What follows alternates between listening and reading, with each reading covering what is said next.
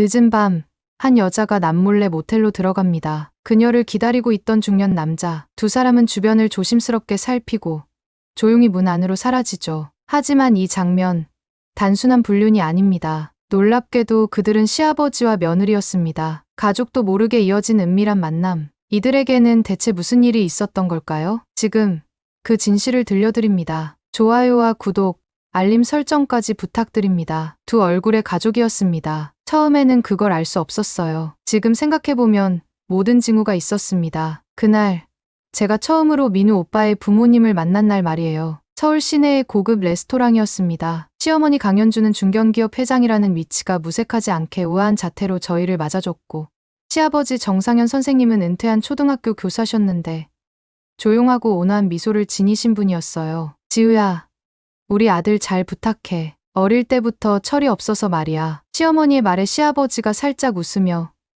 그래도 이제 어른이 됐으니까 잘할 거야 라고 하셨어요. 겉보기엔 화목해 보이는 가족이었죠. 그땐 그게 전부인 줄 알았어요. 결혼 후 저희는 시댁에서 살기로 했습니다. 제가 병원에서 간호사로 일하며 조금씩 저축하고 민우 오빠도 회사에서 경력을 쌓으면 몇 년 안에 작은 집이라도 마련할 수 있겠다 싶었거든요. 그리고 솔직히 말해서 시부모님의 저택은 정말 아름다웠어요. 경기도 의정부의 고급 주택가에 자리한 3층짜리 단독주택, 넓은 정원에 수영장까지 있었으니까요. 여보, 여기서 같이 살면 돈도 절약되고 좋잖아. 엄마도 좋아하셔. 민우 오빠 말대로였죠. 시어머니는 저희가 함께 살자는 제안에 흔쾌히 고개를 끄덕였고 3층 전체를 저희 신혼부부를 위한 공간으로 내어주셨어요. 시부모님은 2층, 1층은 공용 공간으로 사용하기로 했고요. 정말 그때까지만 해도 마치 동화 속 왕자와 공주가 된 기분이었어요. 신혼여행에서 돌아오는 길, 저는 괜히 두근거렸습니다. 이제부터 진짜 가족이라는 이름으로 시작하는 삶이었으니까요. 새 식구들과 함께하는 첫 식사, 따뜻한 아침 인사, 시어머니와 함께 장을 보는 일상, 그런 소소한 것들이 설레었어요. 하지만 그동안은 신혼여행에서 돌아온 첫날부터 금이 가기 시작했습니다. 어머니, 아버지, 잘 다녀왔습니다. 현관에 들어서자 시어머니가 환하게 웃으며 저희를 맞아줬어요. 하지만 시아버지의 모습은 보이지 않았어요. 저녁 식사 자리에서야 시아버지를 볼 수 있었는데 예전에 온화했던 인상은 사라지고 눈빛은 흐리고 어깨는 축 처진 채 소파에 앉아 계셨어요. 밥 먹자. 시어머니의 짧은 말에 시아버지는 아무 말 없이 일어나 기계처럼 식탁으로 향하셨어요. 그때 처음으로 뭔가 이상하다는 걸 느꼈죠. 식사 중에도 시아버지는 거의 말을 하지 않으셨고 시어머니와 민우 오빠만 이런저런 이야기를 주고받았어요. 저는 신혼여행 이야기를 하며 분위기를 띄우려 했지만 묘하게 어색한 공기가 감돌았어요. 식탁 위에는 고요함이라는 이름의 압박이 내려앉아 있었고 저는 젓가락질조차 조심스러웠어요. 정상현, 말 좀 또박또박해. 며느리도 있는데 그 발음으로 어떻게 알아듣게 하려고 그래. 시아버지가 조심스럽게 반찬이 맛있네요 라고 말한 직후였어요. 시어머니의 날카로운 말투가 식탁 위에 내려앉았고 시아버지의 얼굴은 굳어졌어요. 그리고는 조용히 고개를 숙이셨어요. 죄송합니다. 그 한마디 이후로 시아버지는 다시 입을 열지 않으셨어요. 저는 얼떨떨했고 민우 오빠는 아무렇지 않은 듯 어머니의 말에 고개를 끄덕이기만 했어요. 그 모습에 소름이 끼칠 만큼 익숙함이 묻어 있었죠. 다음 날 아침, 저는 일찍 일어나 아침 식사 준비를 도우려 부엌에 있었어요. 그때 시어머니가 들어오시더니 저를 보며 말했어요. 지우야, 우리 집엔 규칙이 있어. 첫째, 아침은 7시에 먹는다. 둘째, 저녁은 다 같이 먹는 거야. 셋째, 그 사람은 없는 사람이라고 생각해. 그리고 마지막, 바깥에선 우리가 화목한 가족이라는 거 잊지 마. 그 말에 순간 등골이 서늘해졌어요. 무슨 의미인지 물어보려던 찰나 민우 오빠가 부엌에 들어왔어요. 놀랍게도 민우 오빠와 시어머니는 눈빛만으로도 서로 통하는 게 있었고 민우 오빠는 자연스럽게 커피를 따라드리며 웃었죠. 어머니, 오늘 회사 일정은 어때요? 시어머니는 아들에겐 부드러운 미소를 지었어요. 9시에 임원회에 있어. 중요한 날이지. 그 따뜻한 장면과 방금 전 재개한 냉정한 말투 사이의 괴리감은 너무 커서 어지러울 정도였어요. 시어머니는 다시 저를 향해 차갑게 한마디 더 했어요. 정상현은 능력도 없고 존재감도 없어. 내가 이 집안도 회사도 다 키운 사람이야. 우리 가족 이미지가 내 기업 이미지야. 잘 기억해둬. 그 말이 끝나자마자 다시 얼굴에 미소를 띠고 식탁으로 향했어요. 그날 오후 시어머니 회사의 임원들이 집에 방문했는데요. 시어머니는 완전히 다른 사람이 됐어요. 시아버지에게 팔짱을 끼며 애정 어린 척 화목한 가족 이야기까지 곁들였어요. 우리 남편은 애들이 그렇게 좋아하던 선생님이었어. 은퇴하고도 제자들이 찾아오잖아. 그 옆에서 시아버지는 말없이 미소만 지었지만 눈빛은 공허했어요. 민우 오빠도 자연스럽게 아버지에 대한 존경심을 말하더군요. 아버지에게 배운 게 많아요. 신념을 지키는 모습이 정말 인상 깊었어요. 손님들이 떠나자마자 시어머니의 표정은 다시 얼음장처럼 굳었고 시아버지는 조용히 자신의 방으로 들어가셨어요. 민우 오빠는 아버지를 단 한 번도 쳐다보지 않았고요. 회사 이미지 때문에 이런 연기까지 해야 하니까 진짜 피곤해. 시어머니는 한숨을 쉬었고 민우 오빠는 어깨를 다독이며 위로했어요. 그 모습이 낯설고 충격적이었어요. 그래서 민우 오빠에게 물었죠. 오빠, 어머니랑 아버지 사이 안 좋으신 거지? 뭐? 아니야, 항상 그래. 아버지가 좀 답답하셔서 그래. 어릴 때부터 그랬어. 신경 쓰지 마. 민우 오빠의 대답은 너무나 가벼웠어요. 저는 그때 처음으로 이 가족 안에 뭔가 깊고 오래된 상처가 있다는 걸 느꼈어요. 그리고 그 상처 안으로 제가 걸어 들어가고 있다는 사실도요. 그렇게 제 시댁 생활은 시작됐습니다. 겉으론 웃고 있지만 그 안은 얼어붙은 집. 저는 점점 진실의 그림자와 마주하게 되었습니다. 시아버지와의 첫 식사에서 느꼈던 그 위화감은 그날로 끝이 아니었습니다. 오히려 그게 시작이었죠. 이후로도 매 끼니마다 반복되는 공기, 말로 표현할 수 없는 묵직한 침묵이 저를 짓눌렀습니다. 그리고 그 안에서 시아버지는 마치 유령처럼 앉아 계셨습니다. 시아버지는 식사 시간이면 말없이 자리에 앉아 조심스레 밥을 드셨어요. 그런데 그 조심스러운 행동마저 누군가에겐 불쾌한 모양이었습니다. 정상현, 밥 좀 빨리 먹어. 무슨 반찬 하나 씹는데 몇 분이 걸려? 답답해서 못 보겠어. 시어머니의 날선 목소리가 거실을 가로질렀고 민우 오빠는 아무 말 없이 고개를 숙인 채 밥을 먹고 있었어요. 그날 이후 저는 눈치채기 시작했습니다. 이 집에서 시아버지께선 식사 중 대화를 할 수 없다는 거려. 한마디라도 꺼내면 시어머니의 눈빛이 먼저 그 입을 틀어막았습니다. 아버지, 요즘 날씨가 많이 쌀쌀하죠? 감기 조심하셔야 할 텐데요. 제가 식탁에서 한번 그렇게 말을 건넨 적이 있었는데 시어머니가 곧장 말을 끊었어요. 지우야, 밥 먹는 중에 그 사람한테 말 좀 걸지 마. 그런 거 들으면 더 속 뒤집혀. 그 말에 민우 오빠도 숟가락을 내려놓으며 저를 바라봤지만 따로 말은 없었어요. 저는 어쩐지 얼굴이 붉어져서 고개를 숙이고 말았습니다. 그런데 더 놀라운 건 그 다음 장면이었어요. 식사가 끝나고 나자 시어머니가 시아버지를 향해 아무렇지 않게 말했죠. 정상현, 집에서 하는 것도 없으면서 뭐라도 해야지. 밥도 그렇게 천천히 먹는데 그냥 혼자 천천히 먹고 설거지도 내가 해. 시아버지는 잠시 고개를 떨구시더니 아무 말 없이 자리에서 일어나 조용히 싱크대로 향하셨어요. 그 뒷모습을 바라보는 시어머니의 표정엔 아무런 감정이 담겨 있지 않았습니다. 당연하다는 듯, 익숙하다는 듯. 설거지를 하시는 동안 시어머니는 거실 소파에 앉아 리모컨을 돌리고 있었고 민우 오빠는 그런 상황을 아무렇지 않게 받아들이는 듯 휴대폰만 보고 있었어요. 저는 괜히 마음이 불편해서 그 자리를 피하고 싶었지만 몸이 얼어붙은 것처럼 움직이지 않았습니다. 그날 밤 저는 민우 오빠에게 조심스럽게 말을 꺼냈습니다. 오빠, 왜 다들 아버님한테 그렇게 말해? 나까지 불편해지잖아. 항상 저렇게 대하셨어? 민우 오빠는 침대에 누운 채 핸드폰을 내려놓고는 무덤덤하게 대답했어요.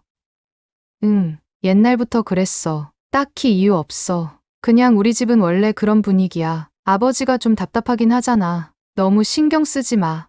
그 말을 듣고도 저는 쉽게 납득이 되지 않았어요. 시아버지의 조용함은 단순한 말수가 적은 사람의 그것이 아니었으니까요. 말 한마디, 수만 번에도 조심히 배어있는 모습이었어요. 마치 집 안 어디에서도 편히 존재할 수 없는 사람처럼요. 그건 제가 병원에서 돌보던 가족에게 외면당한 노인 환자들의 모습과 너무 닮아 있었습니다. 보호자들이 찾아오지 않는 병실 한쪽에 조용히 앉아있던 그분들처럼 시아버지는 자기 존재를 스스로 지워내며 살아가고 계신 것 같았어요. 며칠 후엔 더 충격적인 장면도 목격했어요. 밤늦게 화장실에 가려고 거실로 나왔는데 시아버지가 식탁에 앉아 조심스럽게 혼자 밥을 드시고 계셨어요. 모두가 잠든 시간에 방으로 들어가신 줄 알았는데 아무도 없는 곳에서 혼자 남은 밥을 조용히 드시는 모습이 너무 낯설게 느껴졌습니다. 그렇게 조심스럽게 식사를 마치시곤 식기들을 싱크대에 조용히 정리하시고 다시 방으로 들어가셨어요. 저는 그 모든 장면을 가만히 지켜보다가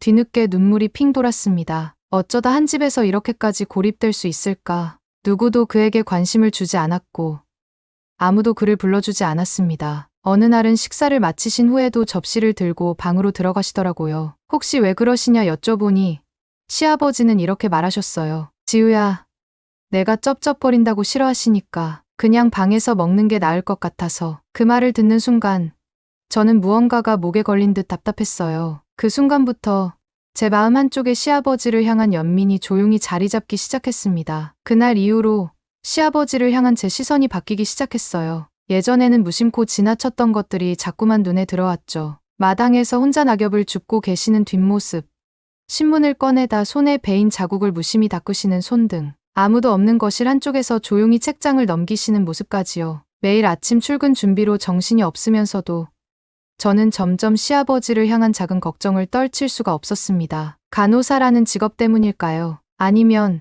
그저 한 인간으로서 당연한 감정이었을까요? 시아버지께 무언가 도움이 되고 싶다는 마음이 들었어요. 그래서 병원에서 쓰는 비타민 샘플을 하나 챙겨와 시아버지 방 문 앞에 조심스럽게 두었습니다. 처음엔 그냥 말없이 내려놓았죠. 시어머니나 민우 오빠가 보지 못하게 아무도 없는 틈을 타서 조용히. 그 다음날 아침 문 앞에 뒀던 비타민 병은 사라져 있었고 제가 출근하려 신발을 신는데 신발 안에 조그맣게 접힌 쪽지가 끼워져 있었습니다. 고맙다. 잘 챙겨 먹을게. 짧은 문장이었지만 제 가슴이 따뜻해졌어요. 작은 친절에도 이렇게 감사할 줄 아는 분인데 왜 집안에서는 누구 하나 그에게 따뜻한 말을 걸지 않는 걸까요? 하루는 제가 쉬는 날이었어요. 아침 일찍 시어머니와 민우 오빠는 각각 회사로 출근하셨고 집엔 저와 시아버지만 남아 있었습니다. 아침을 먹고 설거지를 하려던 참에 시아버지가 다가오셨어요. 어색하게 저를 바라보며 한참 망설이시다가 조용히 말씀하셨습니다. 지우야,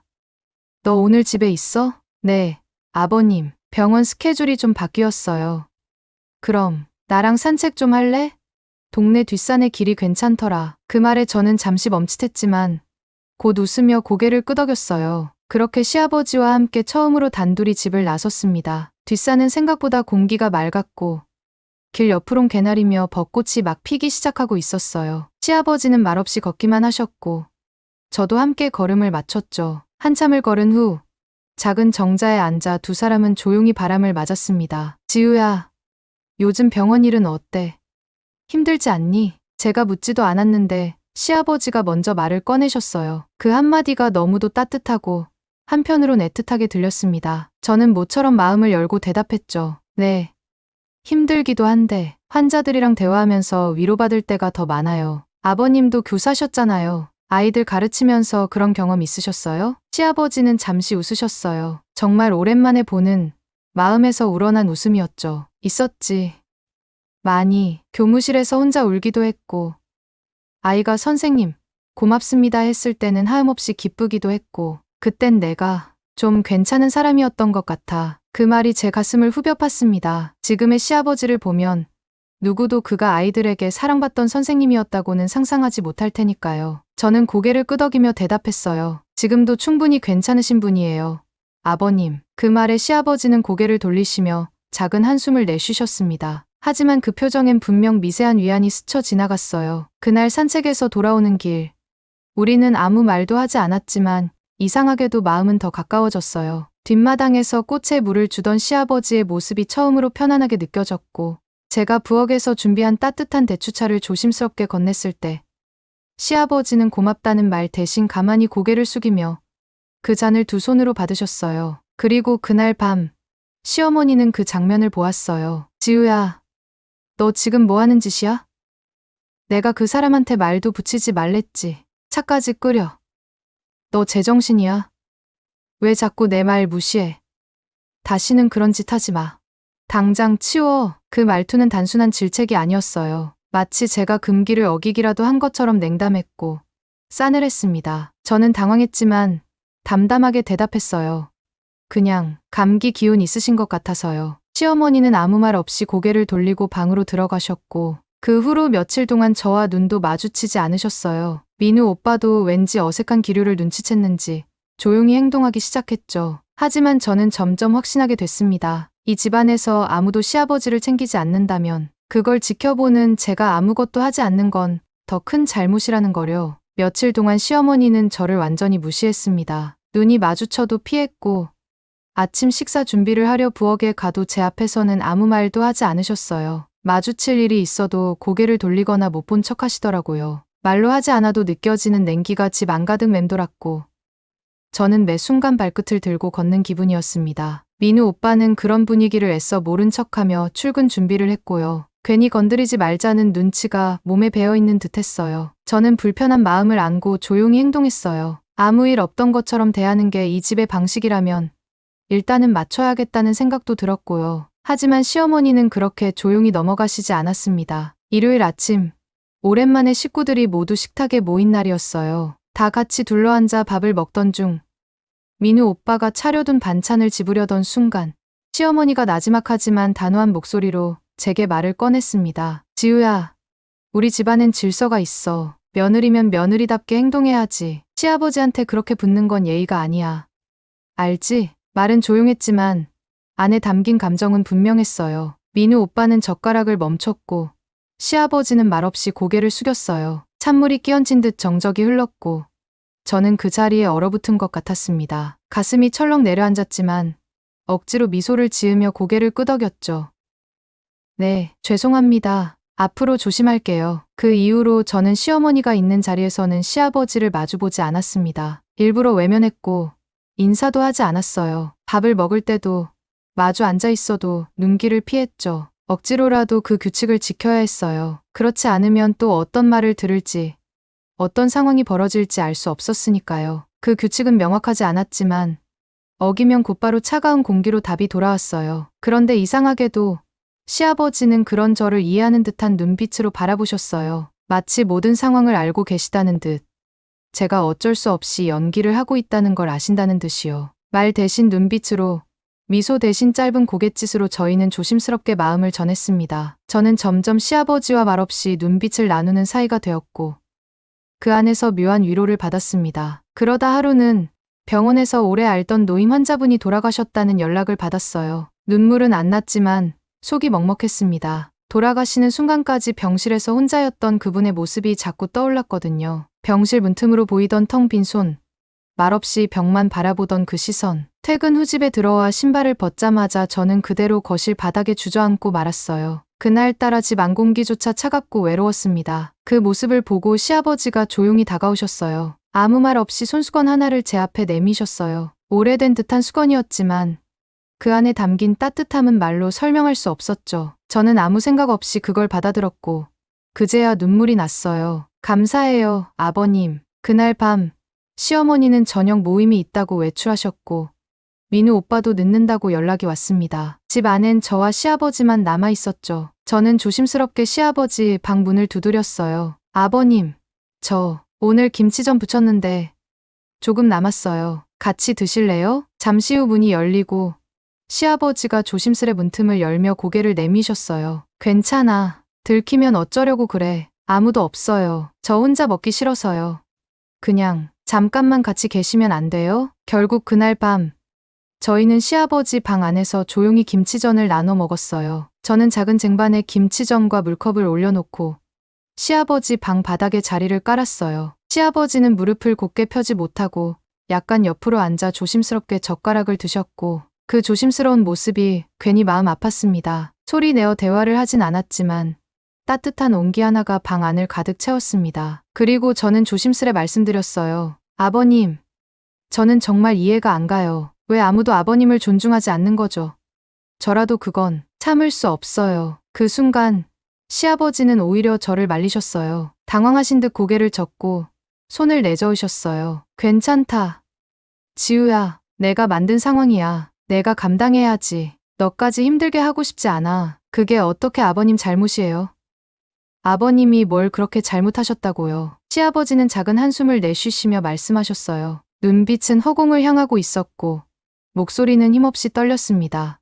그냥 내가 약해서 그래. 젊을 때 내가 조금만 더 단단했으면 현주도 민우도 이렇게 되진 않았을 거야. 나는 그냥 그때 선택을 잘못한 거야. 그게 지금까지 온 거고. 그 말에 저는 아무 말도 하지 못했어요. 그분의 어깨 위에 쌓인 세월의 무게가 고스란히 전해졌거든요. 잠깐의 정적 속에서 시아버지가 잠시 고개를 숙이고 조용히 웃으셨습니다. 그 웃음은 씁쓸했지만 어쩌면 받아들이겠다는 체념 같기도 했어요. 그날 밤 저는 마음속으로 결심했어요. 이대로는 안 되겠다고. 제가 할 수 있는 게 있다면 아주 작더라도 해야겠다고. 그날 이후로 저는 행동 하나하나에 조심을 기울이기 시작했습니다. 작은 발소리, 시선의 방향, 문 여닫는 소리까지. 시어머니가 집에 계신 날엔 거실에서도 시아버지 방 근처엔 가지 않았고 식사 자리에서는 자연스럽게 고개를 돌려 눈을 피했습니다. 하지만 집안이 고요해지고 아무도 없는 시간이 찾아오면 저는 조금 숨을 틔울 수 있었습니다. 주말 아침,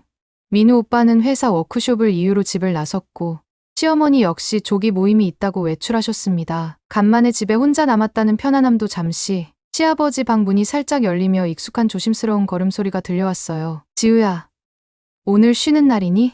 네, 아버님. 병원 일정이 바뀌어서요. 서로 민망하지 않게 짧은 인사를 나눈 뒤 저는 커피를 내렸습니다. 그리고 말없이 커피 한 잔을 더 내려 시아버지 앞에 내밀었어요. 시아버지는 잠시 손을 멈추고 컵을 들며 고개를 살짝 숙였어요. 따뜻하네. 고맙다. 그 짧은 말 속에서 따뜻함이 퍼졌습니다. 우리 둘은 거실에 나란히 앉아 TV를 켰어요. 소리를 아주 낮게 틀고 서로 눈도 잘 마주치지 않은 채 화면에 집중했습니다. 방송은 중년 이후 삶에 대한 다큐멘터리였고 그 속에서 은퇴 후 외로움을 겪는 사람들의 이야기가 이어졌습니다. 저 사람들, 나랑 참 닮았네. 시아버지의 그 말은 의도치 않게 제 가슴을 쿡 찔렀습니다. 저는 고개를 돌려 시아버지를 바라봤고 시아버지는 작게 웃으며 고개를 끄덕였어요. 말이 없어서 더 묵직하게 느껴지는 순간이었죠. 그날 오후 설거지를 마치고 부엌을 정리하던 중 시어머니에게서 문자가 하나 왔어요. 단순한 톤이었지만 그 안엔 익숙한 권위가 묻어났습니다. 지우야,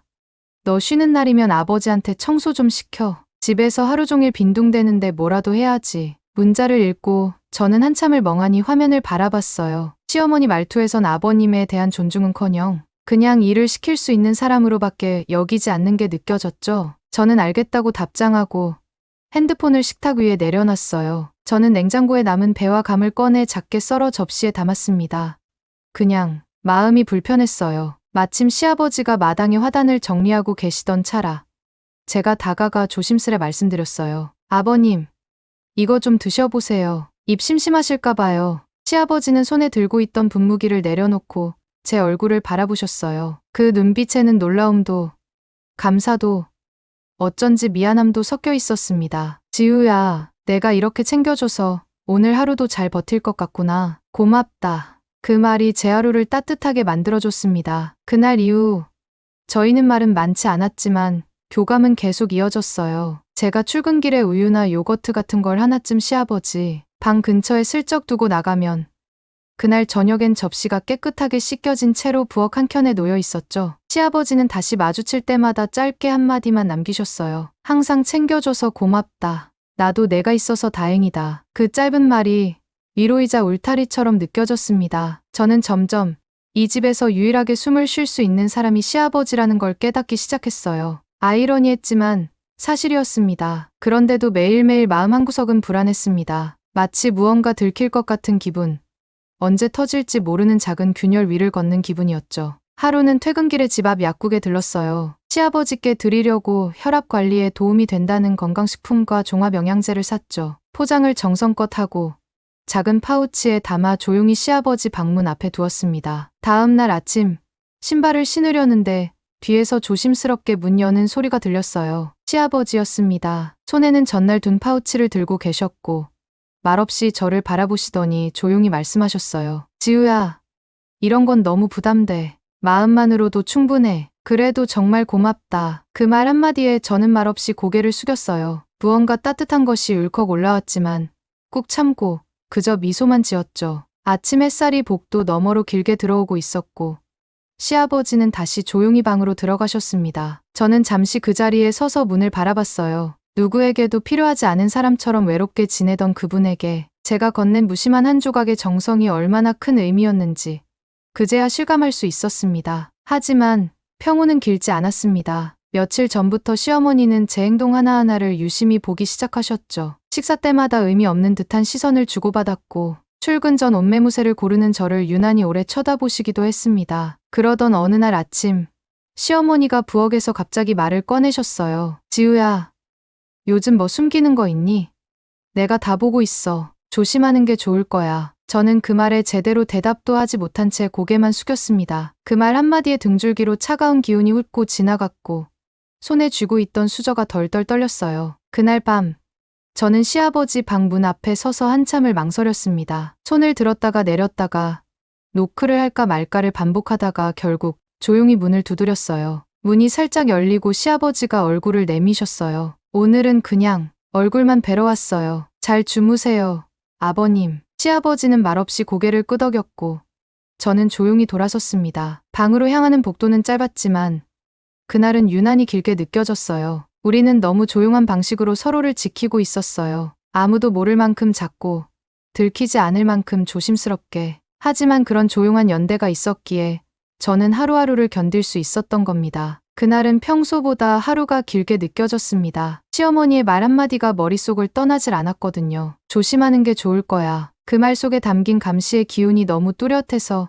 하루 종일 마음이 편치 않았습니다. 저녁 7시가 넘자 시어머니는 어디선가 전화를 받고 외출할 준비를 하셨습니다. 민우 오빠도 회식 약속이 있다며 저녁을 안 먹고 나갔고요. 거실이 텅 비고 집 안이 조용해지자 저는 시계를 몇 번이나 들여다봤어요. 시아버지 방문 앞을 지나갈 때마다 속으로만 안부를 묻는 날들이 계속되고 있었거든요. 그날은 정말 이상하게도 그분 얼굴이 너무 보고 싶었습니다. 결국 조심스럽게 문을 두드렸어요. 문은 조금 열려 있었고 시아버지는 책상 앞에 앉아 계셨습니다. 옆에는 작은 라디오와 오래된 책이 한 권 놓여 있었죠. 아버님, 괜찮으세요? 응.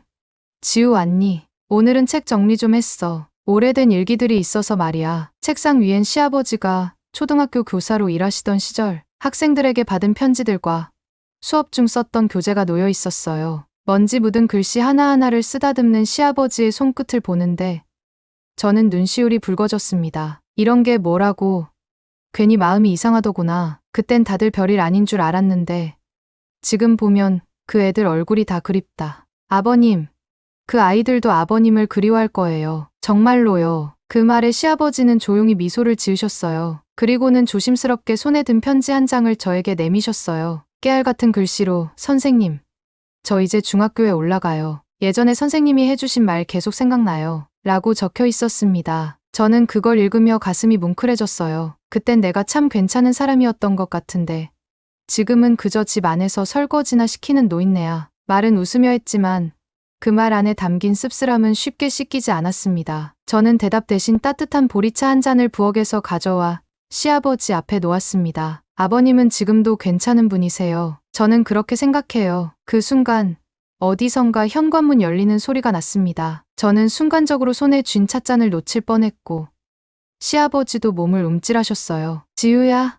시어머니였습니다. 급히 들어온 듯한 발걸음과 함께 집 안을 빠르게 훑던 그분이 시아버지 방 문이 열려있는 걸 본 모양이었습니다. 순간의 정적, 그리고 이어진 발걸음.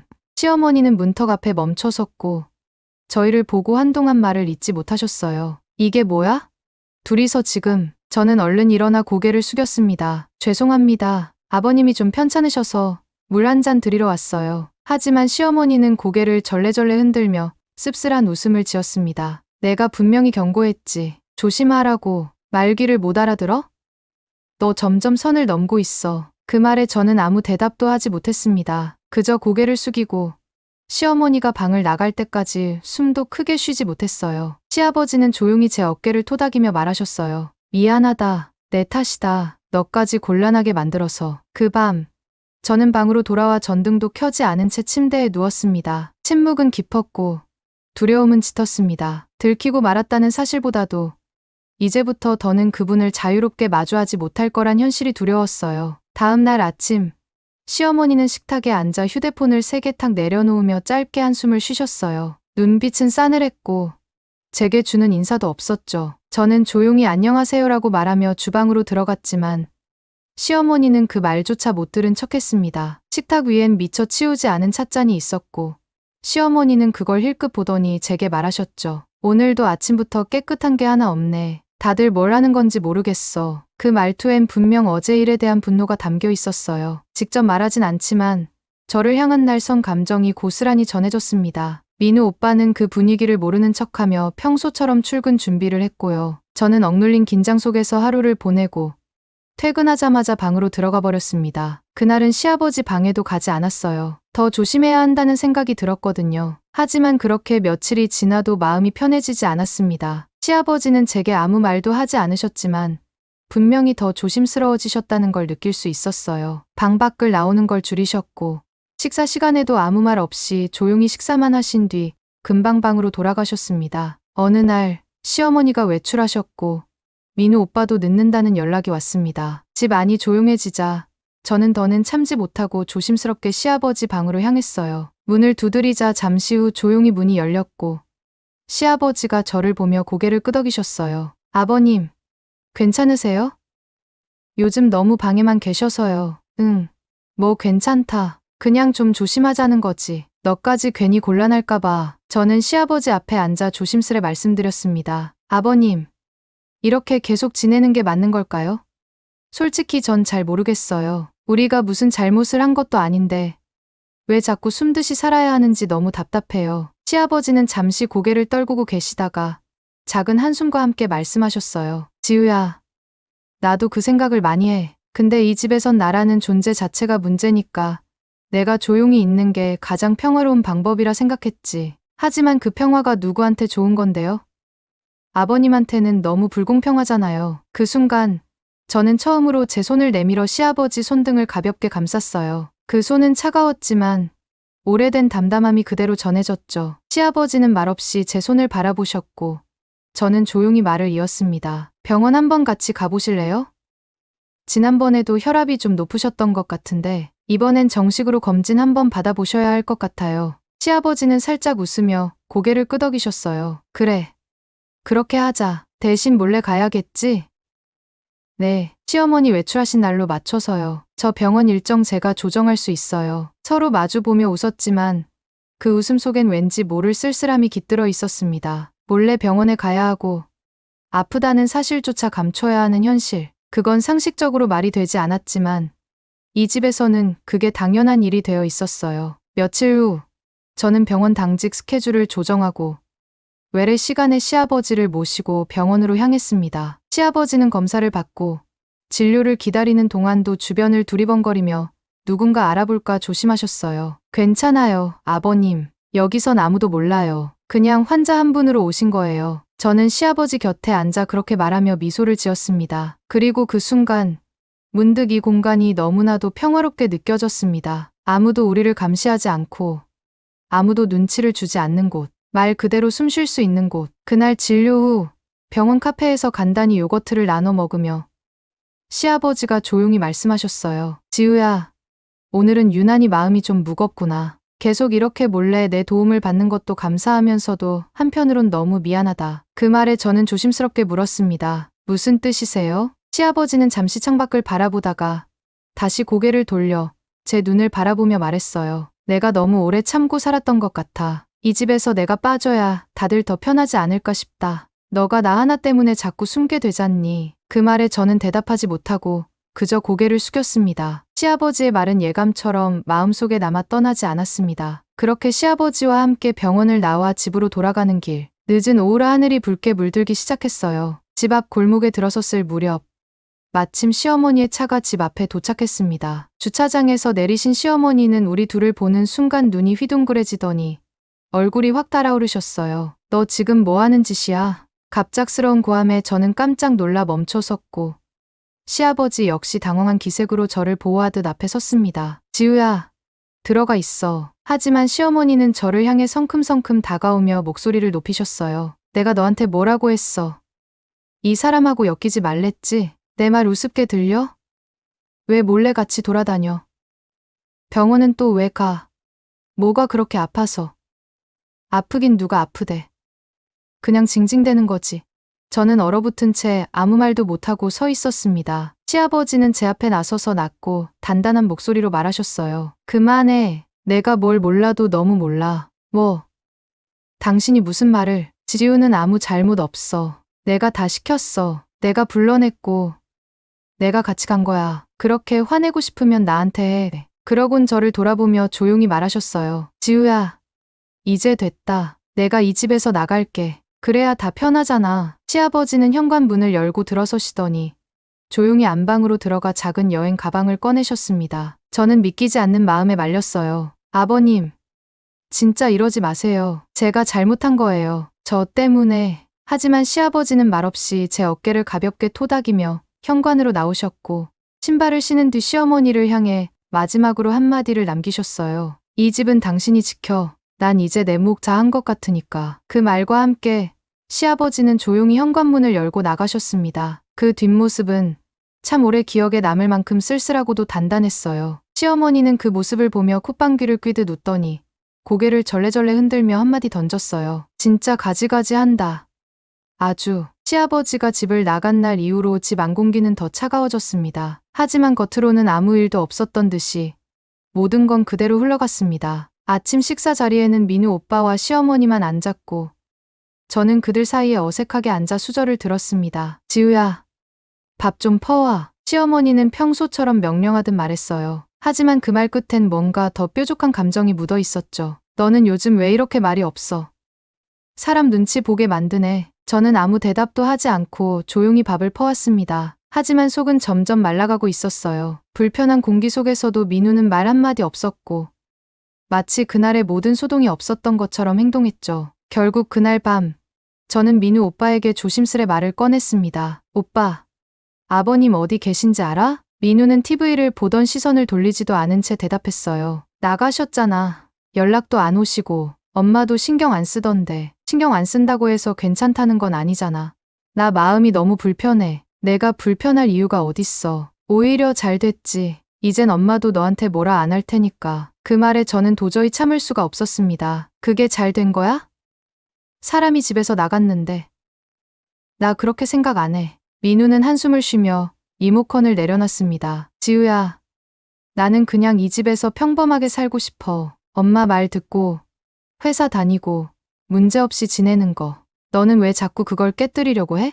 그 말은 제게 꽤나 큰 충격이었어요. 저는 겨우 떨리는 목소리로 말했습니다. 난 그냥 숨 쉬고 싶었어. 그게 죄였니? 그날 밤 저는 침대에 누워서도 잠을 잘 수 없었습니다. 시아버지의 마지막 뒷모습이 자꾸 떠올랐고 그 말이 마음속에서 맴돌았어요. 난 이제 내 목 다 한 것 같으니까. 며칠 후 병원 스케줄을 마치고 집으로 돌아오는 길 저는 시아버지가 계실 법한 곳을 몇 군데 들러봤어요. 그리고 마침내 오래된 찻집 안 창가 자리에 혼자 앉아 계신 시아버지를 발견했습니다. 너무 반가워서 달려가려던 걸 참으며 조심스럽게 다가가 인사드렸어요. 아버님 여기 계셨어요. 시아버지는 놀란 듯 고개를 들고는 이내 미소 지으셨어요. 지우야, 여기까지 어쩐 일이냐? 저는 그대로 앉으며 조심스럽게 파우치 하나를 꺼내 놓았습니다. 안엔 건강보조제와 소화제, 그리고 두유 하나가 들어 있었어요. 아버님 잘 드시고 계신가 궁금해서요. 그리고 보고 싶었어요. 그 말에 시아버지는 가볍게 한숨을 쉬며 잔잔한 눈빛으로 저를 바라보셨어요. 이런 건 내가 할 일이 아닌데 말이지 고맙다.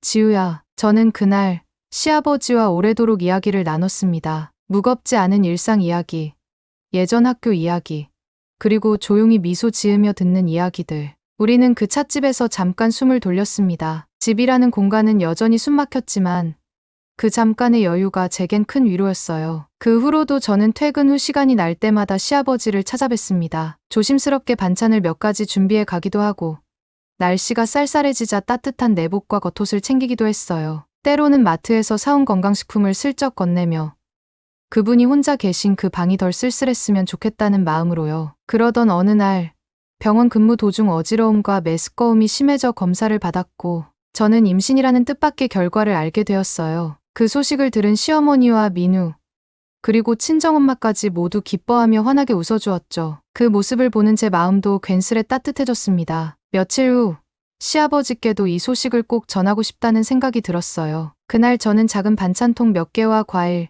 따뜻한 겉옷 하나를 챙겨 시아버지가 계신 숙소로 향했습니다. 가는 길에 친정어머니와 통화를 했고 어머니는 밝은 목소리로 말씀하셨어요. 그래, 잘 됐다 지우야. 아버님께도 꼭 이야기 드려. 그리고 혼자 계신다니까 이번 기회에 우리 집에 한번 모셔와. 내가 밥 제대로 차려드릴게. 숙소 근처에서 시아버지를 만나 문 앞까지 함께 갔고 저는 조심스레 방 안으로 들어가 준비해온 반찬을 냉장고에 정리해 두었습니다. 작은 테이블 위에 과일과 함께 두유 하나를 놓고 나오려던 찰나 시아버지가 조용히 말씀하셨어요. 지우야, 무슨 일 있니?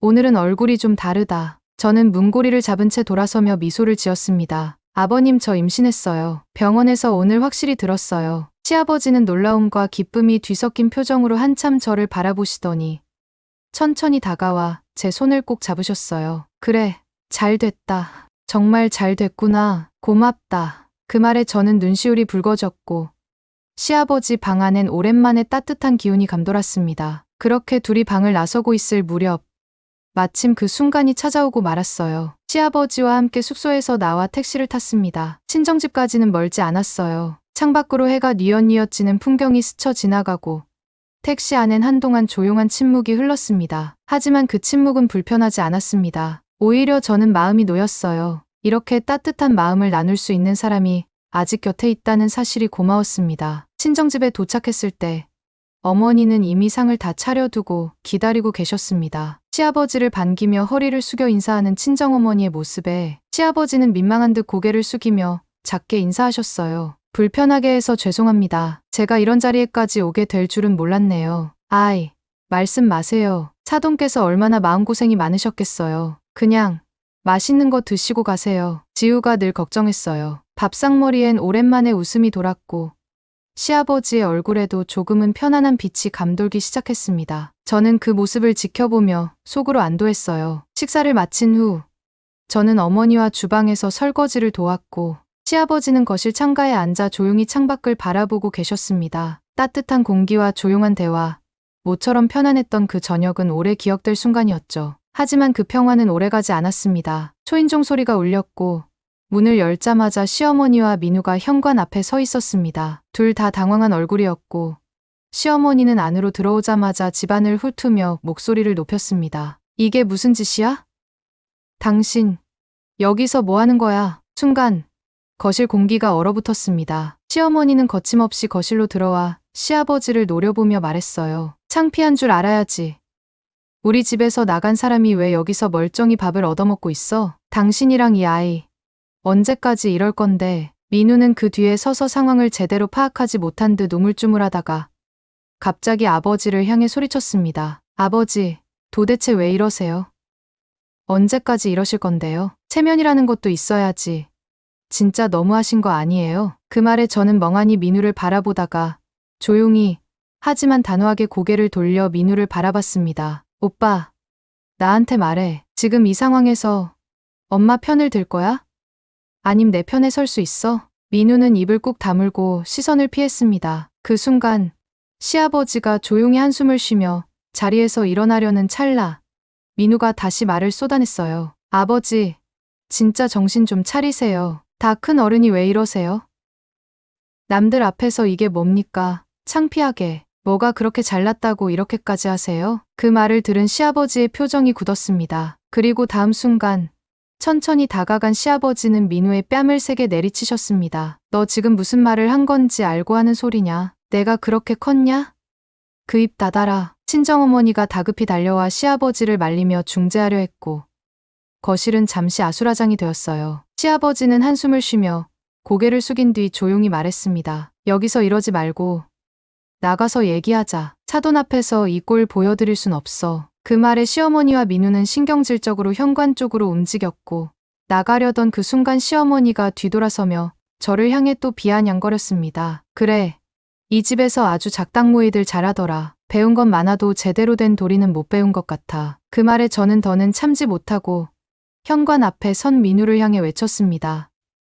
오빠, 이제 똑바로 말해. 엄마 편 들 거면 나랑은 여기까지야. 엄마냐, 나냐? 둘 중 하나만 골라. 민우는 제 말을 듣고도 아무 말 없이 고개를 숙였고 시어머니가 그의 팔을 낚아채듯 잡아 끌자 별다른 저항도 없이 그 뒤를 따라 나갔습니다. 현관문이 쾅 닫히는 소리가 집 안에 메아리쳤고 저는 그 자리에 무너지듯 주저앉았습니다. 아무 말도 할 수 없었지만 마음 한구석은 차라리 시원하기도 했습니다. 문이 닫히는 소리와 함께 저녁의 평온함은 산산이 부서졌습니다. 저는 멍하니 그 문을 바라보다가 조용히 앉아있던 친정어머니의 눈빛을 마주했어요. 그 눈빛엔 안타까움과 따뜻함, 그리고 조심스러운 지지가 담겨 있었습니다. 그날 이후 모든 것이 조용해졌습니다. 시어머니와 민우는 연락을 끊었고 저는 친정집에서 며칠을 지내며 마음을 추슬렀습니다. 잠도 잘 오지 않았고 밥맛도 없었지만 한 가지는 분명했습니다. 이제는 도망치지 않고 제 삶을 지켜야겠다는 것. 며칠이 지나고 저는 변호사 사무실을 찾아갔습니다. 그동안 제가 참고 살아온 시간들, 시어머니의 무례함, 민우의 방관, 그리고 제가 버텨온 모든 것들을 정리해 이혼 사유로 정식으로 제출했어요. 민우는 직접 전화를 하거나 얼굴을 보러 오진 않았습니다. 모든 연락은 변호사를 통해서만 오갔죠. 그런 시기였어요. 끝까지 법정에서 마지막 판결이 내려졌을 때 판사는 이렇게 말했습니다. 혼인 파탄의 주된 책임은 남편에게 있습니다. 아내에게 1억 8천만 원의 위자료를 지급하시오. 그 말을 들은 순간 저는 담담했어요. 슬프지도 기쁘지도 않았고 그냥 이제 끝났다는 느낌만 들었어요. 정들었던 이름 하나를 벗겨내고 이제 제 이름 하나만으로 다시 살아가야겠다는 각오만 남았습니다. 며칠 후 시아버지에게도 이 사실을 말씀드렸습니다. 한참 말없이 제 이야기를 들으시던 아버님은 조용히 창밖을 바라보시며 말씀하셨어요. 그래, 결국 이렇게 됐구나. 사실 나도 고민 많이 했어. 언제까지 이 상태로 살아야 하나, 얼마나 더 참아야 하나 늘 스스로에게 물었지. 그래도 아내를 사랑했거든. 젊은 날엔 분명히 사랑했고 그 사람 인생의 짐이 되고 싶지 않았어. 또 그 사람 회사 이미지에 이혼한 회장이라는 타이틀이 도움이 될 것 같지도 않았고 그래서 참고 또 참으며 버텼어. 그런데 이제는 나 자신을 너무 잃어버린 것 같아. 나도 이젠 내려놓으려 한다. 그 말에 저는 놀라면서도 이상하게 가슴이 따뜻해졌습니다. 아버님도 드디어 자신을 위한 삶을 생각하기 시작하신 거예요. 그로부터 몇 주 후 시아버지는 조용히 이혼 서류를 정리하셨고 마침내 40년 가까운 결혼 생활에 마침표를 찍었습니다. 한때는 서로 사랑했던 사이였고 함께 아들을 키운 가족이었지만 그 사랑은 너무 오랫동안 한쪽으로 기울어져 있었죠. 시아버지는 짐을 옮기신 뒤 작은 원룸에 정착하셨습니다. 그리고 얼마 지나지 않아 근처 아이들을 모아 글과 독서, 삶에 대한 이야기를 나누는 소규모 교실을 열게 되었어요.